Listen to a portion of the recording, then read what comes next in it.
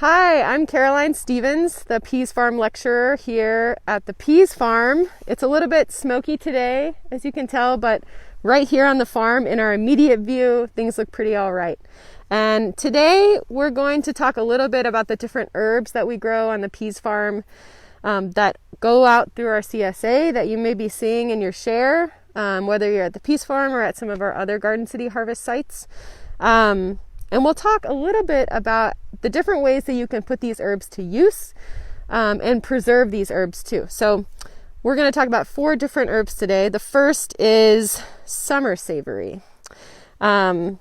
It's crazy looking. It almost looks like thyme if you look really close. And I actually have a friend who's in Chile who some of the growers that she works with, they get thyme and summer savory confused a lot. And this is called Cescudo in Chilean Spanish, which is kind of fun. And Cescudo means crazy hair. So I always think about that when I look at this plant. It's Cescudo. And you can see it's in fluorescence. It's flowering right now. There's some pollinators active here. But it's still useful as an herb, even though it's flowering. It's kind of like thyme. You can still use it even though it's at its flowering stage. It still imparts a really nice sort of savory flavor onto any dish that you might use it with. I think about this as a crop or as an herb that's really great to use pretty much the same way that you might use things like thyme or oregano, things like that that are really for quite savory dishes, like maybe Italian pasta dishes. I like to put summer savory in beans, kind of like the way I like to put oregano in beans. It just gives them a nice flavor. I know that Dave Victor is a big fan of Cescudo, of summer savory, and he often will take his little bundle of summer savory and just leave it out on his countertop until it gets nice and dry, and then use it in its dried form. But you can also use it in its fresh form. Either way works. You can experiment with it at home. You know, it doesn't put out a ton of leaves. The bunches that you're going to get in your share don't have a ton of leaves on them. So if you strip the leaves off and throw that in a dish, you know, it's not going to be overpowering, or it shouldn't be too overpowering. So you can kind of test out the waters for summer savory and see how you like it in some of those savory dishes. So we're going to walk down this way and check out the next herb, which is parsley.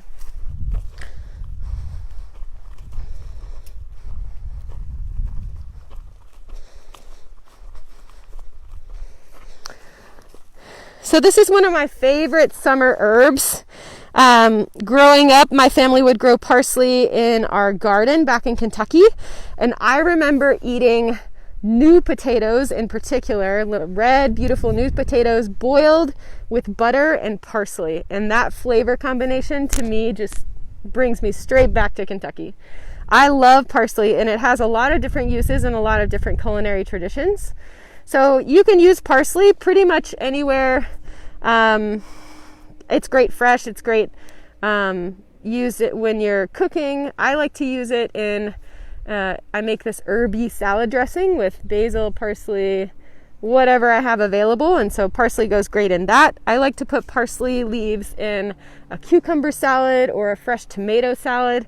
It goes great in a lot of these really lovely summer salads that are just sort of combinations of fruiting vegetables. As I said, I love it on new potatoes. It's like so delicious to me, especially when you get a lot of parsley going. I love it in potato salad also. It's a great herb for, you know, to have fresh in lots of different salad form.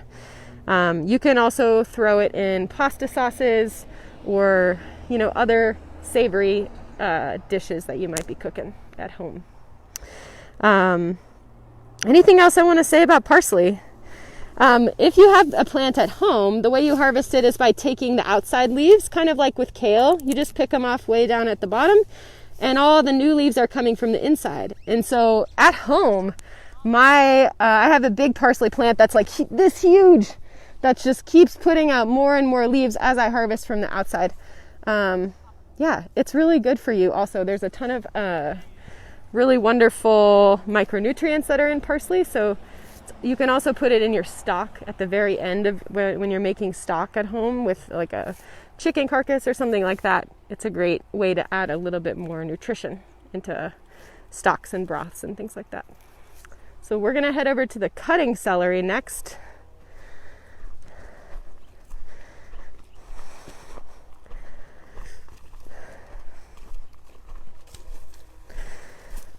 You'll see as we're going along, our pumpkin patch at the Peas Farm is coming along really, really nicely, and there are some nice pumpkins that are just starting to color up and start to sort of beckon us to fall, which is kind of feels good in this heat, although I'm always sad to see summer go.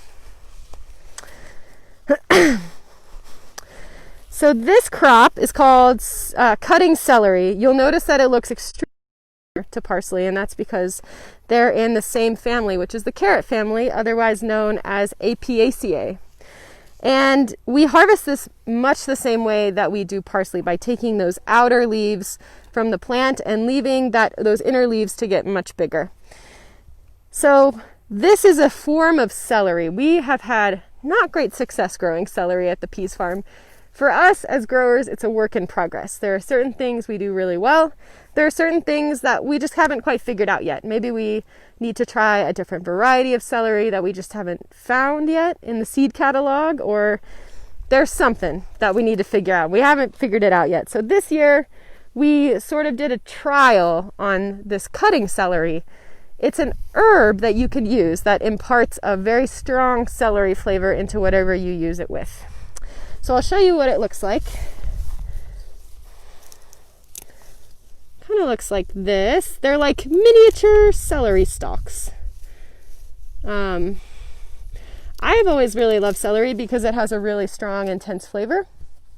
And it just feels so fresh and clean. If food can be that way, it feels that way.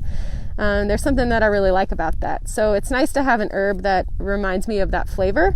And I've been using celery herb in things like soups. Any place where you would use carrots, onion, and celery in a mirepoix.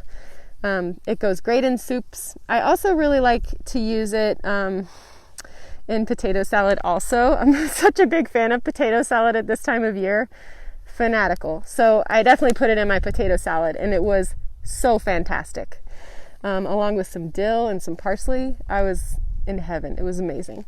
So you can use this any place you would use celery. All you do is, you know, in contrast to the summer savory and the parsley where you're really using the leaf of the plant, the cutting celery is kind of like celery. You can use the entire stem all the way up through the leaves. And all of these different plant parts, the stem and the leaves, are going to impart that celery flavor into your food. So yeah, this is an experiment at the Peas Farm. So you'll have to let us know what you think about the cutting celery. Maybe we'll try something different next year. Maybe we'll keep doing this cutting celery. We're not sure yet, but thanks for giving it a try this first year. The last thing we're going to go see is the basil.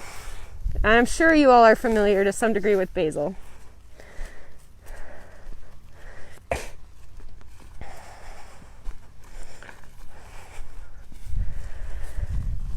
So we've got two nice little basil patches here.